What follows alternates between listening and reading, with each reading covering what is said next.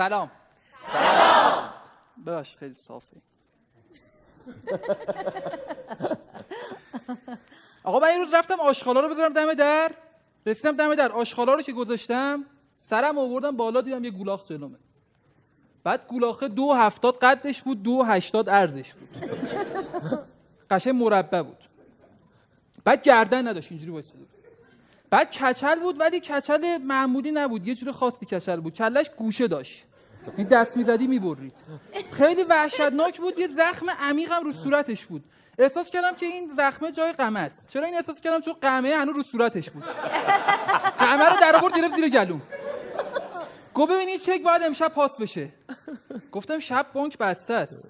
گفت این چک 4 میلیون تومانی باید تا صبح نقد بشه. گفتم این چک 2 میلیون تومانه. یهو احساساتی شد. زد زیر گریه. گفت امیر ببین، امیر بود اسمت دیگه. امیر ببین من سواد ندارم. پدر مادرم من نداشتم مدرسه. تو اینجوری نشد. تو برو درس بخون. تو یه کسی شو برای خودت. بعد بغلم کرد. گفتم میشه قمر رو گلون ورداری؟ این چک اصلا مال من نیست، مال داییمه. من پشتشو فقط امضا کردم. گفت ببین من تو رو میشناسم، قضیه رو احساساتی نکن. این چک باید تا هفته دیگه نقد بشه. یه هفته بعد مولد میدم چون بچه گلی است. گفتم دمت گرم. اومدم خونه به دایم گفتم دایی همچین جریانیه، این آقای اومده اینجا میگه که چک. گفتش که 100 دفعه بهت گفتم هر چیزی که میبینی پشتشو امضا نکن. کی به تو گفت اونو امضا کنی؟ آخر اصلا خودتو بدبخت میکنی، به باد میری به خدا. چی بود حالا جریان؟ گفتم یه آقای اومده و اینجا گفت اون چیزه مربع 2.70 2.80. گفتم آره. گفت صورتش جای غمه داشت. گفت اون با هیچ کی شوخی نداره. به نظرم سریع برو دنبال اینکه پول پیدا کنی. دیدم منطقی داره میگه. صبح رفتم گفتم برم یه وامی چیزی بگیرم. اومدم آدرس یکی بپرسم، گفتم آدرس بانک رو بپرسم. زدم رو دوشش، برگشت گفتش که داداش برای بچه‌ت می‌خوای شیر خوش بخری، بیا این 20 تومن رو بگیر. دیدم چه قضیه چه باحال شد. من 100 تا این 20 تومن رو بگیرم 2 میلیونه جور شده. گفتم برم تو همین کار. رفتم زدم پشت یکی دیگه. گفتم داداش 50 تومن میدی من برای زنم دارو بخرم؟ زنم خیلی مریضه. گفت زنت کو؟ گفتم این زنم. گفت این خواهر منه. گفتم چه ربطی داره خواهرت زن منه؟ گفت من دومادمون رو میشناسم.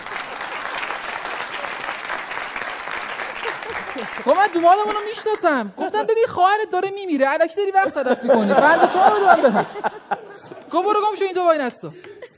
دیدم این موفقیت آمیز نبود، رفتم زدم رو شونه یکی دیگه. گفتم داداش 20 تومن میدی من برم شهرمون؟ گفت شهرت کجاست؟ گفتم تبریز. گفت اتفاقا من دارم میرم تبریز، بشین میرسونم. بعد نشست ما رفتیم تبریز. رفتم تبریز اونجا رو شونه هر کی که میزدن بر نمیگشت.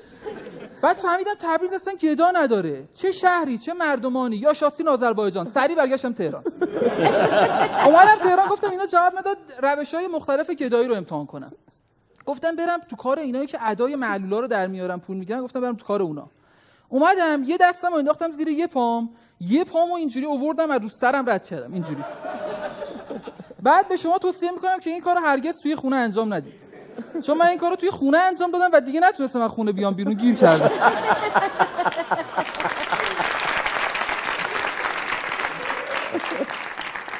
اینم چون خانم بهرام گفت عکس نداری، خانم بهرام این عکس.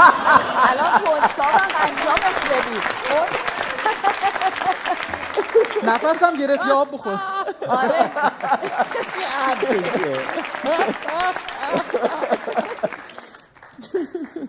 گفتم گدایی به درد من نمیخوره. من باید نون بازومو بخورم. رفتم کابل برق بدزدم. از تیر برق رفتم بالا، پلیس اومد گفتش اونجا چه غلطی میکنی؟ گفتم توپم افتاده. گفت قیچی چیه دستت؟ گفتم میخوام توپمو لایه کنم. گفت گم شو بیا پایین. اومدم پایین، گفت ها کن. ها کردم. گفت چی مصرف کردی؟ گفتم پیاز. گفت دیگه مصرف نکن، گم شو برو. رفتم برگشتم پیش داییم. گفتم دایی این چک مال توئه، میشه یه کمکی به من کنی امشب یه کاری بکنی؟ گفت نه فوتبال داره امشب عزت اللهی رو میخواد بیاره تو. گفتم عزت اللهی توئه؟ گفت خب میخواد ببرش بیرون، نمیتونم داد بیاد. گفتم دایی یه کمکی چیزی. گفت ببین این همسایه بغلی خونه‌شون یه هفته است رفتن مسافرت خالیه، بریم اونجا دزدی. گفتم دزدی آخه؟ گفت چاره‌ای نداریم دیگه بریم. رفتیم اونجا، بعد اومدیم بریم دزدی، دیدیم اینا چراغاشون رو روشن گذاشتن که دزدا نفهمن اینا مسافرتن. بعد گفتم دایی ببخشید اینجا دیگه نمیتونیم بریم دزدی، چراغاشون روشن گذاشتن. گفتیم این نشد بریم یه جا دیگه دزدی.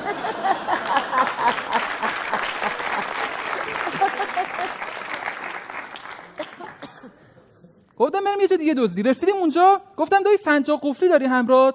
گفت آره. تو بلدی با سنجاق قفلی درو وا کنی؟ گفتم نه. تو چی؟ گفت منم نه. گفتم پس برای چی سنجاق قفلی آوردی؟ گفت سنجاق قفلی آوردم که اگه پلیسا گرفتنمون بتونیم دستبندامون رو با سنجاق قفلی باز کنیم.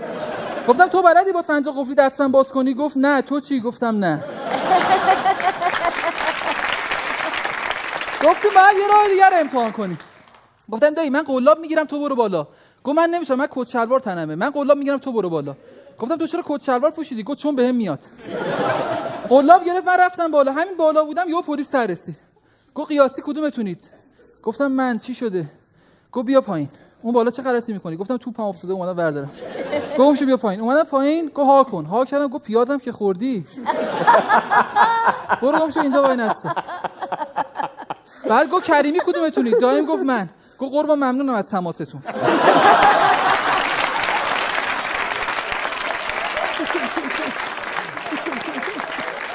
دیدم که دایه نشد.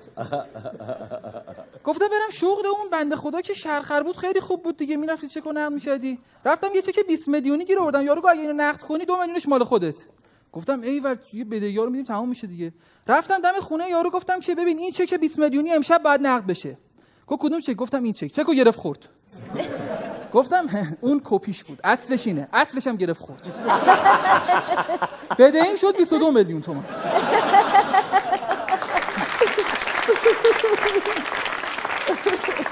اومدم 22 میلیون بدهی داشتم. گفتم برم از یکی کتک بخورم که اون منو بزن ازش دیگه بگیرم. گفتم دایی میای بریم؟ گفت بریم.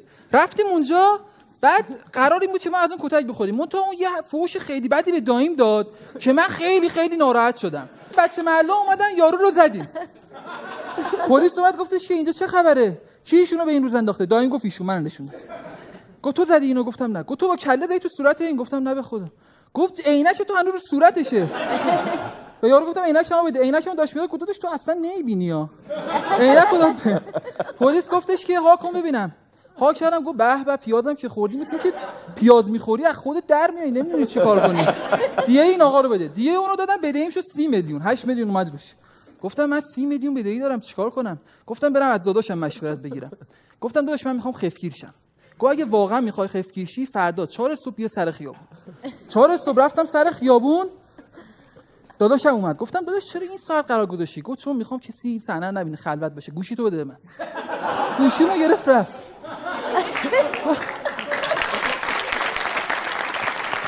گفتم داداشم چیزی در نمیاد. گفتم برم خفت مردمو بگیرم. گفتم من با این قیافه و اینا که نمیتونم خفت جوونا رو بگیرم، خفت پیرمردا رو بگیرم. رفتم زدم رو شونه یه پیرمرده. برگشتم پروفسور سمیعیه. گفتم پروفسور اینجا چیکار می‌کنی؟ گفت ببین جوون من کیفمو اینجا زدن 10 تومن داری بدی من برم هانوفر. گفتم برم خفت یه پیرمرد دیگه رو بگیرم. رفتم زدم روش. گفتم پدر جان گوشی. گفت ها. گفتم پدر جان گوشی تو بده. گفت متوجه نمیشم. گفتم پدر جان گوشی تو بده به من. گفت نمیفهمم چی میگی. یکی اون جادش رد میشه. گفت پدر جان میگن گوشی تو بده به من. گفت بازم متوجه نمیشم. کل اهالی مرز جمع شدن. گفتم پدر جان گوشی تو بده به ایشون. باز متوجه نشد. پلیس اومد. گفت چی شده؟ گفتم میخوام گوشیشو بگیرم. گفت پدر جان گوشی تو بده به ایشون. بعد پلیس گفت ببین تو گوشی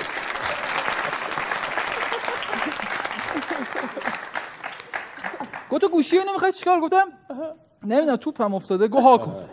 ها کردم. گفت به به پیازم که خوردی باز. برو واقعا دیگه نمیخوام ببینمت. دیگه ببینمت اعدام این سری. منو انداخت رفتم گفتم پیرزن که نتیجه نداد. بذار برم یه پیرزن پولدار پیدا کنم که خریداشو انجام بدم بهم انعام بده و اینا چیزا. هر چی گشتم تو محل پیرزن پولدار پیدا نکردم. یه دونه پیرزن خالی پیدا کردم. یعنی فقط پیرزن بود. هیچ چیزی نداشت. خریدای اونو انجام دادم. من تو انعام که بهم نداد هیچی. پول خریدارم بهم نداد. بدهیم شد 32 میلیون تومان. گفتم برم یه زن پولدار بگیرم. رفتم خواستگاری. طرف گفتش که شما خونه داری؟ گفتم نه. گفت ماشین؟ گفتم نه. گفت کار؟ گفتم نه. گفت اشکال نداره پسرم من خودم هم از صفر زندگیمو شروع کردم ساختم. گفتم نه به اشتباه نکن من صفر نیستم. من منفی 32 میلیون تومان. گفت چرا باید دخترامو بدم به تو؟ گفتم دخترم نکن. دختر تو زن منم هست. گفت زن تو مگه خواهر اون آقا نبود اول استنداپ زدی رو دوشش که دارو بخری؟ گفتم چرا؟ من تو اون پول نداد زنم مرد. الان اومدم دختر تو رو بگیرم. بعد گفت گم شو خونه من برو بیرون. گفتم که لااقل 200 تومن پول گل و شیرینی رو بده. گفت نمیدم، گم شو برو بیرون، اون گلدونم بذار سر جاش عتیق است. گفتم لااقل 20 تومن بده برگردم شهرمون. گفت هیچی برو بیرون. اومدم بیرون 32 میلیون و 200 بدهی دارم و نمیدونستم چیکار کنم. گفتم برگردم به خاستگاه اصلی خودم. رفتم مترو. اومدم مترو مغموم و ناراحت. گفتم آقایون توجه کنید، یه دونه بادکنک 10 تا تلمبه فقط 32 میلیون و 200 هزار تومان. هیچکی ازم نخرید. مترو هم منو پس زد. مترو بهم خیانت کرد. اومدم بیرون از مترو مغموم و ناراحت. اومدم گفتم بیام اینجا استندآپ کنم. دیدم بهادر دم در یقمو گرفت. گفت مهلت تمام، میخوام قاچت کنم. گفتم بهادر من میخوام برم استندآپ کنم، بذار برم برای خودم کسی شم. گفت واقعا میخوای بری کسی؟ دوباره احساساتی شد، بغلم کرد. گفت برو موفق باشی، ولی برگردی قاچت میکنم. بهادر واسه من مثل یه پدر مهربون میمونه. بهادر از همینجا میبوسمت و میام بیرون که قاچم کنی مطمئن باش.